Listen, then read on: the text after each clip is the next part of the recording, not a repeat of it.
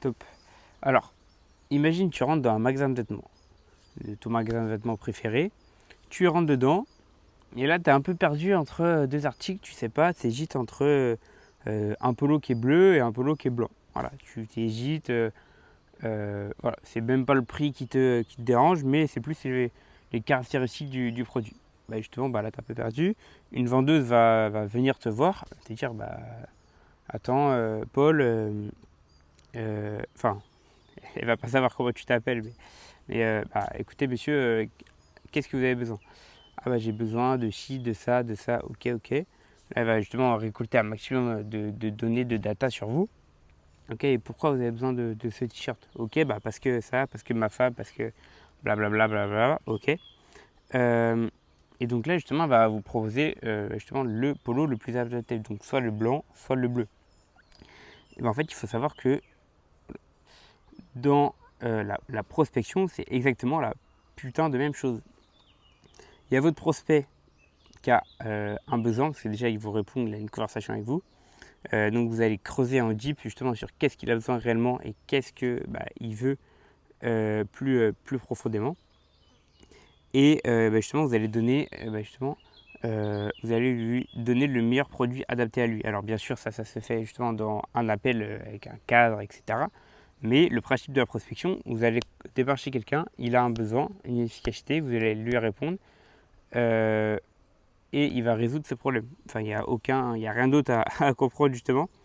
Justement, actuellement, c'est que tu as peur de déranger, tu as peur d'être mal vu.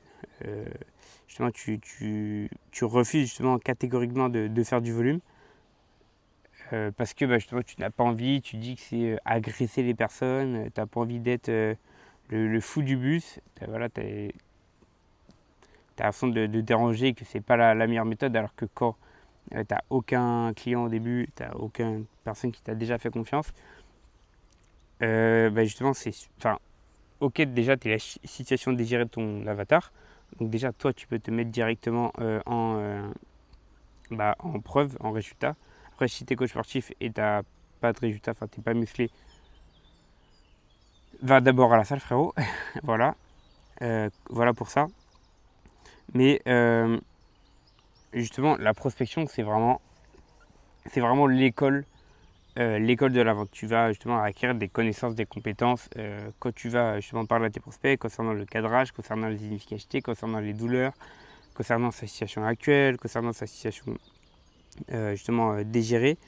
Et n'oublie jamais, c'est comme dans tes appels de vente, tu es toujours à un prospect de closer.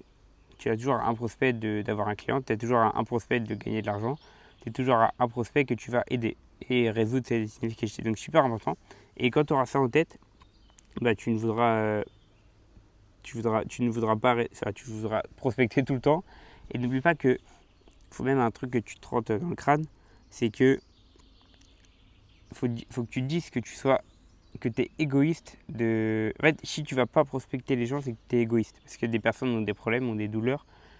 Et en fait, si tu ne les prospectes pas, ils vont pas résoudre ces inefficacités.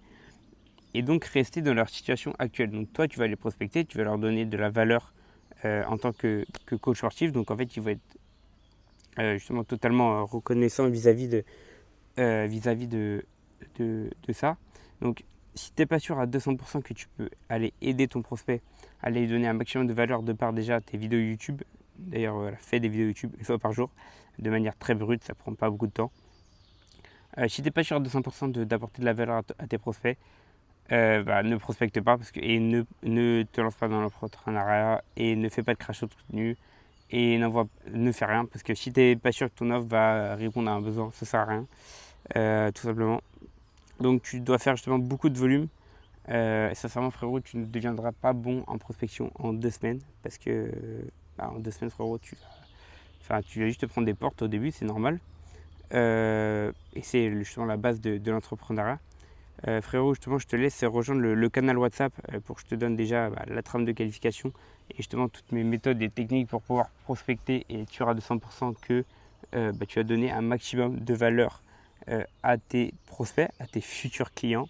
Donc voilà, boss, je te laisse rejoindre le canal WhatsApp Et je te dis à très bientôt, boss.